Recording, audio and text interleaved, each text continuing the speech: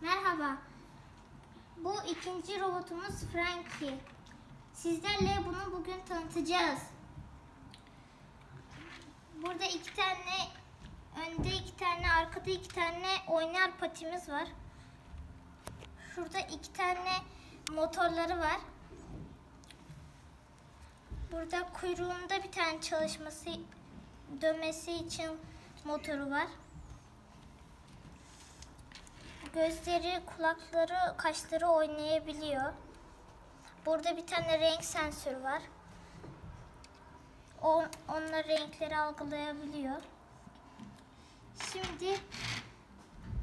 Şimdi onun eşyalarına geçelim. Bu onun doğum günü pastası. Bu onun gözlüğü. Bu onun tırtılı. Bu onun papyonu. Bu onun yakalaması için oynadığı oyuncak. Bu onun biberonu. Bu onun salyangozu.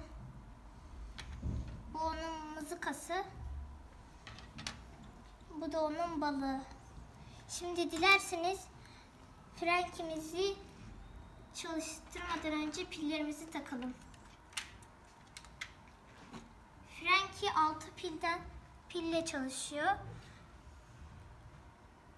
Bunları buraya şimdi Frankie'mizi pillerini takıyoruz.